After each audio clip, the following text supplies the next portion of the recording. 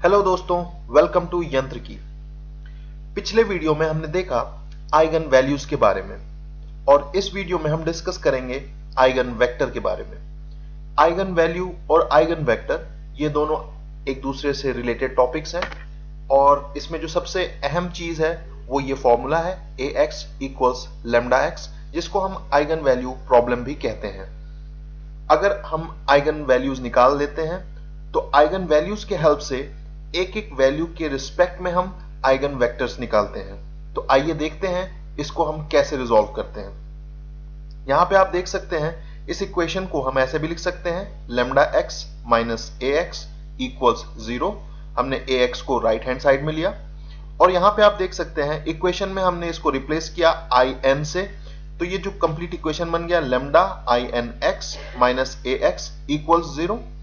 यहां पे I N एक आइडेंटिटी मैट्रिक्स है जो कि एक यूनिट मैट्रिक्स है जहां पे सिर्फ डायगोनल एलिमेंट्स की वैल्यू 1 होगी और बाकी सारे एलिमेंट्स 0 होंगे। किसी भी गिवन मैट्रिक्स से अगर हम आइडेंटिटी मैट्रिक्स या यूनिट मैट्रिक्स अगर मल्टीप्लाई करते हैं तो वो उसकी जो फाइनल वैल्यू होती है वो अनचेंज्ड होती है, उस पर कोई फर्क नहीं पड़ता। तो इसलिए जो इक्वेशन की जो वैल्यू है वो वैसी की वैसी ही रहेगी, इसमें कोई चेंज नहीं आता। और यहाँ पे जो n जो दिख रहा है n वो ऑर्डर रिप्रेजेंट करता है किसी भी गिवन मैट्रिक्स का। तो अगर A मैट्रिक्स अगर 3x3 मैट्रिक्स है तो यहाँ पे I जो आइडेंटिटी मैट्रिक्स होगी उसकी ऑर्डर 3 हो जाएगी। तो यहाँ पे आप देख सकते हैं जो फाइनल इक्वेशन होगा lambda I N minus A into X equals 0, where n is the order of x, and if we are discussing about 3x3 matrix, the value of n will be 3। तो हम इसको एक 3x3 matrix के respect में समझने की कोशिश करते हैं कैसे आइगन वेक्टर निकालेंगे। तो यहां चलिए देखते हैं। ये रहा हमारा 3x3 मैट्रिक्स। ये वही 3x3 मैट्रिक्स है जिसको हमने पिछले वीडियो में डिस्कस किया है। क्योंकि इस 3x3 मैट्रिक्स का हमने पिछले वीडियो में आइगन वैल्यूज को निकाला था, तो हम इसी के रिस्पेक्ट में आइगन वेक्टर्स निकालने की कोशिश करेंगे। हम फिर से एक बार देख लेते हैं कि हमने इसको निकाला था सारस मेथड के हेल्प से, जहां पे कि हमने डिटर्मिनेंट निकाला था गिवन मैट्रिक्स का और वहां डिटर्मिनेंट निकालने के बाद हमारे पास 3 वैल्यूज आई थी 0, -4 और 3। ये हमने जो पॉलिनोमियल या जो क्वाड्रेटिक इक्वेशन हमारे सामने आया था उसके फैक्टराइजेशन करने के बाद हमने फाइनली ऐसे फैक्टर्स निकाले थे और फैक्टर्स निकालने के बाद हमने ये 3 वैल्यूज को कंसीडर किया था कि ये जो 3 वैल्यूज होंगी ये रूट्स होंगी इस इक्वेशन की और यही इसकी आइगन वैल्यूज होंगी। अब इस आइगन वैल्यू के रिस्पेक्ट में हम आइगन वेक्टर निकालने की कोशिश करेंगे। तो सबसे पहले हम कंसीडर करते हैं पहला केस जहां पे कि आइगन वैल्यू 0 है। तो आइए देखते हैं कैसे आइगन वैल्यू 0 हेल्प करेगा हमको आइगन वेक्टर निकालने में। तो आप यहां पे देख सकते हैं जहां पे हमने केस कंसीडर किया जहां लैम्डा की वैल्यू 0 है, तो जो आइगन वैल्यू प्रॉब्लम है या इक्वेशन है उस पे कैसे फर्क पड़ सकता है आप देख सकते हैं। Lambda I N X minus A X equals 0। तो यहां पे आइडेंटिटी मैट्रिक्स n है, यहां मतलब n की जगह पे ये 3 हो जाएगा क्योंकि हम 3x3 मैट्रिक्स के रिस्पेक्ट में काम कर रहे हैं और लैम्डा की वैल्यू 0 हो जाएगी। तो फाइनली जो इक्वेशन बनेगा वो माइनस ए एक्स इक्वल्स 0 होगा। माइनस को हम फिर से वहां से हटा सकते हैं, वहां पे हमारा जो इक्वेशन आ जाएगा ये हो जाएगा ए एक्स इक्वल्स 0 क्योंकि लैम्डा की वैल्यू 0 है।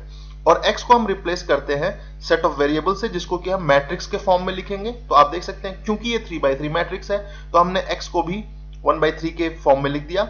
ये x1 x2 x3 multiplied by a। तो आप देखेंगे कि जो फाइनल इक्वेशन है वो कुछ इस तरह का दिखेगा जहां पे lambda -1 -2 -1 -6 lambda +1 0 1 2 lambda +1 multiplied with x, जहां पे x जो है x1 x2 x3 इक्वल्स 0।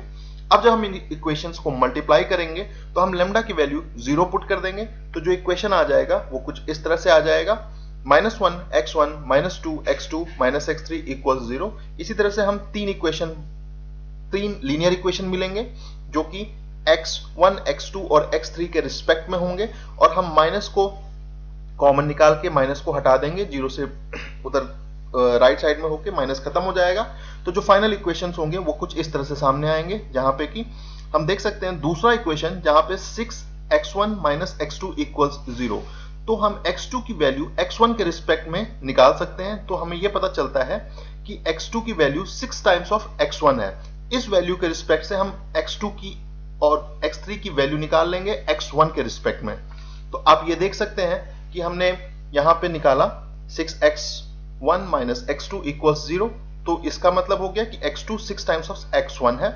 अगर इसी वैल्यू को हम दूसरे इक्वेशन में पुट करते हैं तो हम x3 की वैल्यू x1 के रिस्पेक्ट में निकाल सकते हैं। तो अगर मैं x2 की जगह पे 6x1 डाल देता हूं तो यहां 12x1 हो जाएगा प्लस ये x1 तो 13x1, और जब वो हम इसको राइट साइड भेजेंगे तो माइनस 13x1 हो गया। तो x3 की जो वैल्यू हो गई वो माइनस 13 टाइम्स ऑफ x1 हो गई।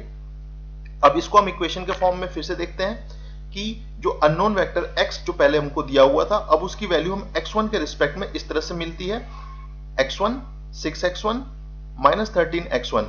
तो x1 की वैल्यू x1 हो गई, x2 की 6 टाइम ऑफ x1, x3 की ये एक कांस्टेंट दिख रहा है हमको। तो हम उस x1 को कॉमन अगर निकालते हैं और उसको हम कंसीडर करते हैं एक कांस्टेंट k जो एक आर्बिट्रेरी कांस्टेंट है, तो हमको जो वैल्यूज मिल जाएंगी आइगन वेक्टर जो x का मिलेगा a के रिस्पेक्ट में, जो आइगन वैल्यू 0 के लिए होगा वो होगा 1 6 और माइनस 13। इसी तरह से हम दूसरे आइगन वैल्यूज को भी लैम्डा की जगह रिप्लेस करके इक्वेशन क्रिएट करके और उन आइगन वैल्यूज के रिस्पेक्ट में आइगन वेक्टर x की वैल्यू निकाल सकते हैं। अगले वीडियो में हम और भी सारी चीजें डिस्कस करेंगे related with matrix. So stay tuned with us. Thanks for watching.